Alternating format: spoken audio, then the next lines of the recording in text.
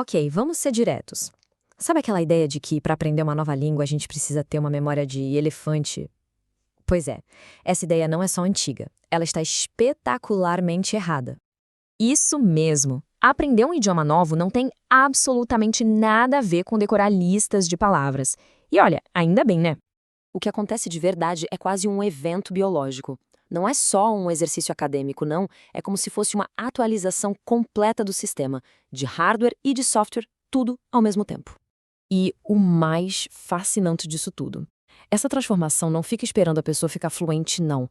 Ela começa a acontecer logo no comecinho, sabe? Mesmo quando a gente ainda se acha super iniciante. Tá, vamos falar sério sobre isso.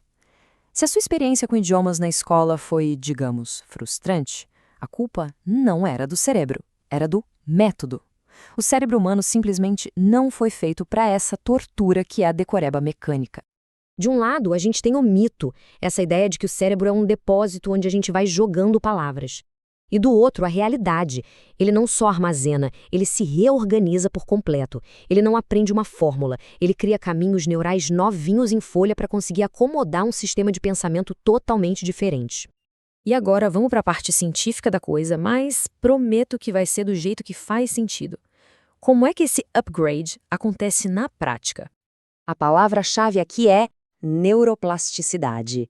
É um nome complicado para uma ideia bem simples, na verdade. É a habilidade que o cérebro tem de se refazer, de criar novas conexões quando a gente vive novas experiências. E olha, aprender um idioma é uma das experiências mais intensas que ele pode ter. Então, o ponto principal é este. O cérebro passa por 3 grandes mudanças. Primeiro, áreas super importantes ficam mais ativas, mais fortes. Segundo, ele vira um mestre em ficar alternando entre sistemas operacionais diferentes, o que é um baita exercício de agilidade mental. E terceiro, a memória fica mais esperta, sabe? Começa a focar em padrões e não em palavras soltas. Mas a mudança não para por aí, não. A parte mais radical é que não muda só o cérebro, muda a própria percepção da realidade. Pensa assim, cada língua é um sistema operacional diferente para enxergar a realidade. Não existe tradução um para um.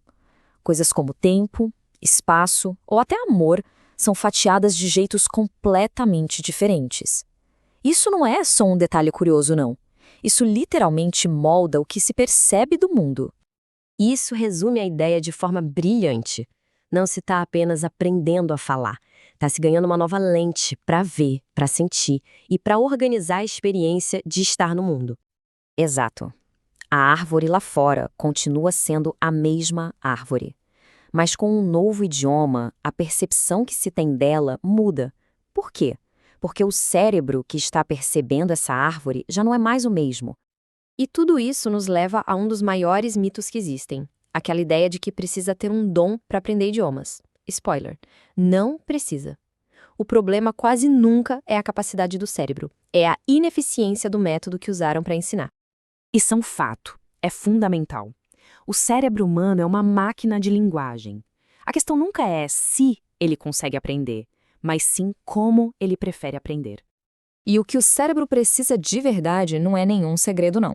Ele precisa de exposição a um conteúdo que dê para entender, de repetição inteligente para fortalecer as conexões e, claro, de tempo, de paciência para a mágica acontecer. E o mais irônico de tudo é que uma boa parte do trabalho pesado acontece nos bastidores. O cérebro continua lá, processando e consolidando tudo, mesmo quando a pessoa nem está estudando ativamente. É quase um absurdo, né? Agora, vamos para a consequência final e talvez a mais profunda de todas. Como aprender um idioma muda não só o que a gente sabe, mas também quem a gente é. Vários estudos mostram que pessoas bilíngues costumam ter mais empatia cognitiva. E a razão é até simples. Quando você internaliza um sistema de pensamento totalmente diferente, fica muito mais fácil entender que a sua perspectiva não é a única, e nem necessariamente a melhor. Sabe aquela sensação de que a personalidade muda um pouquinho dependendo da língua que se está falando? Pois é, isso não é imaginação. É o cérebro acessando redes neurais e emocionais completamente diferentes, que estão conectadas a cada cultura, a cada idioma. E essa é a grande conclusão. Não se trata só de adquirir uma habilidade técnica. Se trata de expandir a própria identidade, de aprender novas maneiras de existir no mundo. No fim das contas, a mensagem é bem clara. Aprender um idioma não é um dom, é uma habilidade. E uma habilidade que pode e deve ser treinada. É um treino para o cérebro, para a percepção e, no fundo, para a própria vida. Sabe aquela ideia de que aprender uma língua nova é só um hobby? Algo que a gente faz para viajar? E se na verdade for muito mais do que isso? Tipo, uma ginástica pesada que literalmente muda a estrutura do cérebro? Vamos ver isso direito. Então, a pergunta é essa. Todo o esforço de aprender um idioma se resume a conseguir pedir um café em Paris sem fazer feio? Essa é a visão clássica, né? Mas ela ignora completamente o que está rolando nos bastidores da nossa cabeça. A resposta curta? Não, nem de longe. Na verdade, é um treino de altíssima intensidade para o cérebro. Um que altera a forma como a gente percebe o mundo, toma decisões e reage a tudo. E para a gente entender como esse treino funciona, a gente precisa sacar uma coisa fundamental. Um idioma novo não é só um monte de palavra nova. É literalmente um mundo novo que se instala no cérebro. A grande sacada é essa. O cérebro não está só guardando palavras novas numa gaveta. Ele está construindo uma estrutura mental inteiramente nova para organizar a realidade. Uma outra maneira de colocar tudo em caixinhas, de cores a emoções. E olha só que exemplo perfeito disso. Pega o conceito de tempo. Em algumas línguas, o futuro é uma coisa meio distante, quase abstrata. Em outras, ele é tratado como algo bem pertinho do presente. E o resultado? Quem fala essas línguas tende a planejar o futuro de um jeito diferente, a lidar com riscos de outra forma. Não é mágica, é o cérebro sendo moldado pela língua. E não é só sobre gramática não, vem o pacote cultural completo. As expressões, as metáforas, o tipo de humor, os valores, até o jeito de discordar de alguém sem arrumar briga. O cérebro é forçado a entender que o seu jeito de organizar o mundo não é o único que existe, é um golpe direto na rigidez mental. Beleza. E essa reorganização toda leva a gente para o que a gente pode chamar de academia da mente. É aqui que a mágica, ou melhor, o trabalho pesado, realmente acontece. O exercício principal nessa academia fortalece o tal do controle executivo. Pensa nisso como o gerente do cérebro. É a parte responsável por focar a atenção, ignorar o que não importa e tomar decisões melhores. E aprender línguas? Bem, é um dos treinos favoritos desse gerente. E por que é um treino tão bom? Pensa só, toda vez que uma pessoa bilíngue vai falar, o cérebro faz essa troca de marcha mental absurda. Ele tem que frear um sistema, ativar o outro e escolher a palavra certa, tudo isso em milissegundos. É um exercício de alta velocidade o tempo todo.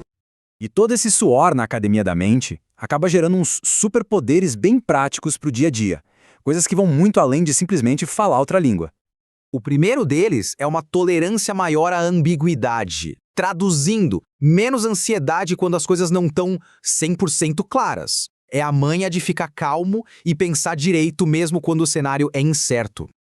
Isso faz todo sentido, né? Porque quem aprende uma língua se acostuma a trabalhar com informação faltando. A pessoa desenvolve a habilidade de pescar o significado pelo contexto, uma ferramenta essencial para navegar no mundo complexo de hoje. O segundo superpoder, esse é profundo, é a empatia cognitiva. É aquela ficha que cai de que o seu ponto de vista não é a configuração de fábrica do mundo, que as suas referências não são universais. E antes que alguém pense que isso enfraquece a pessoa, é o exato oposto. Isso constrói flexibilidade cognitiva que, na prática, é um dos melhores sinais de uma inteligência que funciona de verdade. E agora, a gente chega na parte mais irônica disso tudo. Aquele detalhe que acaba com a desculpa número 1 para não se aventurar em outro idioma. É o argumento clássico, certo? Ah, mas para que eu vou aprender se eu não vou usar todo dia? Não é uma perda de tempo? Bem, a grande ironia é que o cérebro não está nem um pouco preocupado com a sua agenda. Mesmo que a pessoa não fale a língua ativamente, as novas estruturas mentais continuam lá. O cérebro já foi desafiado, já foi forçado a se adaptar e já foi reorganizado. Os benefícios continuam trabalhando ali, quietinhos, nos bastidores. Então, no final das contas, o que fica é o seguinte: aprender uma língua nova é ensinar para o cérebro que o mundo pode ser visto de vários jeitos, que um problema pode ter mais de uma solução e que não precisa travar diante do desconhecido.